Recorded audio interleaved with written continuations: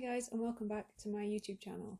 Today we're going to be painting a watercolour zinnia flower in a loose style, so it's going to be a shock of orange with then a yellow and purple centre.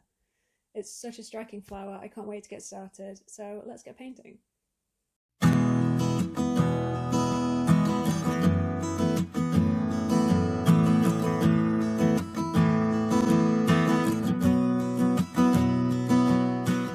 Alright then, before we get started, as usual, talk you through my supplies. So I'm going to be using my Winsor Newton Professional watercolour paints. If you want to know what I use, there is a supplies guide list on my website. But I'll talk you through the colours I need specifically for this one. And then for paper, we are using Legion Stonehenge Aqua Cold Press 100% cotton paper. And then brushes, I'm going to be using my Princeton Aqua Elite range. So I've got a size 6 round and a size 2 round for the little details. So, when we're painting zinnia flowers, these are some of my favourite colour combinations. So I'm going to be using a contrasting purple and yellow and orange for the flower, and then a yellowy green for the leaves. So we're going to start with the centre first. It's a really easy way to create a good focal point for your flower. So I'm going to be using cadmium yellow and my little size 2 brush for this. And you're really going to have to stick with me on the building out of this flower. It's going to seem like it's not working. It doesn't look like much from the start. So for the centre, we're going to be creating a little ring of dots. So I'm just going to use the tip of my brush to create some dots and go round in a ring. Now you want these to be touching and smudging together at places, but keeping some white space in between them so it doesn't just turn into a big ring of yellow, and it keeps that texture, which is so important. When you want to create a focal point in the center of a flower, little strokes and texture is a really good way to do it. You can see it in anemones, in cone flowers, all those sorts of things. The little veins and details, even in irises, are a really good way to get that focal point in the center of the flower. And here we're going to be using the yellow dot texture. Okay, so we've got ourselves an initial ring, and then I'm going to be mixing up my purple colour. So for this, I'm going to use Dioxazine Purple. I'm going to stick it in this well over here and get a nice good amount. And then to make it lighter and so it's less of a shocking contrast with the yellow, because purple and yellow are opposites, I'm going to use some opera rose as well. You can also use a bigger brush for mixing. I shouldn't be doing this with such a tiny brush really. But you can see it makes a much more pinky purple tone. It's much more subdued. It's going to contrast without being too blue. There we go. So first of all, I'm going to paint in the center here, but leave a little white gap. I'm going to try and not touch the yellow if I can avoid it. Painting with contrasting colors is a great way to get striking pictures, but if you touch them together, they can make a mucky brown color on the paper, and we don't want that. And there we go. And then I'm going to create the base of this. We're going to imagine that it comes out from the base of the flower like there, and it's almost like a bowl shape underneath. And then using white space, I'm just going to pull some lines together to get that to connect up. Now I've touched the yellow in a few places there, but it is very limited. If you see it bleeding a lot, you can blot it with a piece of kitchen towel or a dry brush just to stop that. You can see that's coming out a bit fast, so I'm just going to do that. Dry my brush off on the paper and then just pick that yellow up to stop it bleeding too much. And there we have our center. So that was nice and easy, and it doesn't look like much now, but we're going to pull some orange petals out in all directions. And we're going to use a foreshortening. So we're going to use longer petals on the bottom that are closest to the viewer, and then we're going to tuck some shorter petals up around the back. So for this, I'm going to be using Cadmium Orange, which is a nice dense orange. I'm going to mix it into the bit of leftover yellow I've got here. And I've gone up to my size 6 brush. So I'm going to start around the back because that's much easier to do. And they're just short little petals that come out. There we go. Around the back there.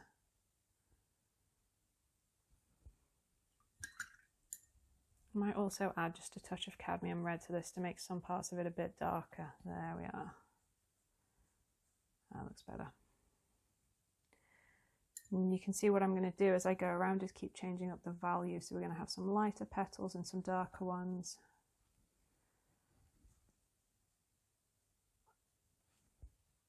There we go.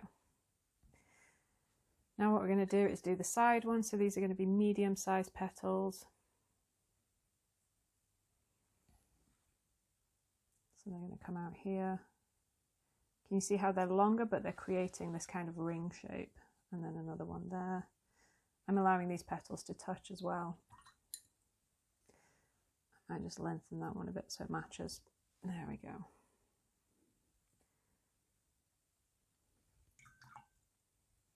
And then we'll add another coming out directly there.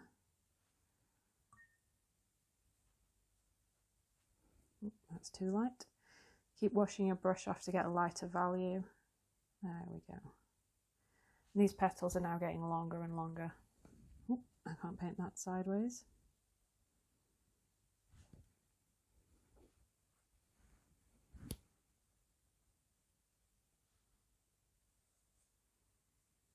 Trying to keep the edges as round as I can.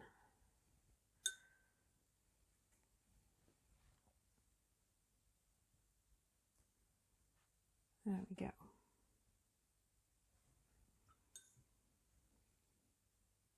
Which I'm going to have a really light one there. And try and use some really dark orange next to it to allow some really good bleeds. Now you can go back over any of these that you want to maybe tweak the shape of or the colour. I'm going to lengthen some of those at the back just so they match.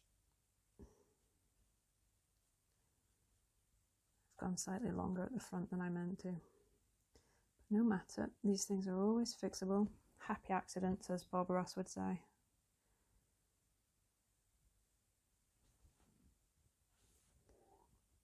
There we go.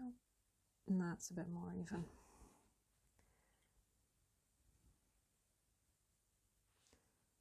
Okay, I'm liking how this is looking. They're all connecting, but they're still quite separate. I think I've got a bit of a lack of contrast in these four, so I'm just going to lift some of this up. Which is a great thing you can do with watercolor. If you've got too many similar colors, you can add darker color, or you can use a wet, dry, well, a wet but not very wet brush, a wet, clean brush to lift that back up. Create some nice contrast in there. I'm also going to pick some of that up. Maybe some of this at the back, because they're all pretty similar.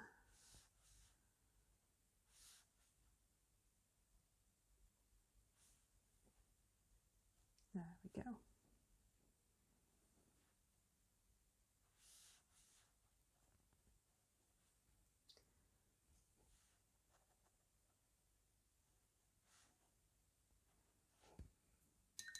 Okay, perfect. So what we've got here is these petals that are pointing into this zinnia, and then we've got the central detail there, which is high contrast. So now we've got the flower ready. We are going to move on to the stem and leaves. Let me just touch that one up once more. That's it. I'm going to stop now. We've got a rounded shape. So stem and leaves, we're going to be using sap green as always with a little cadmium yellow to just make sure that it's not too blue-green next to all of this warm yellow and orange. So imagine the stem comes from there, and then we're going to connect that up, allow for a little bleed, and then pull that down. And then for these petals, I'm going to want thin ones with a highlight. So if we pull a little stem up, and then you can create a nice thin shape, leave a little white space there for a highlight. There we go. You can see I'm using quite a few strokes for these because it helps to just get the shape right. So I don't worry too much about it being perfect first time, as long as we can go back over anything.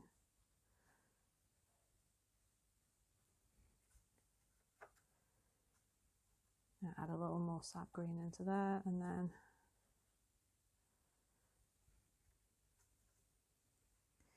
pull that in and just let it connect.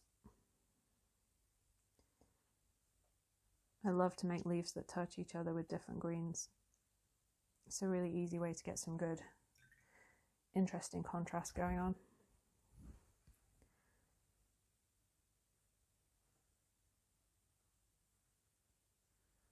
There we go. Take your time with these. They can take a few strokes to get them right. And I'm just going to connect that stem up there.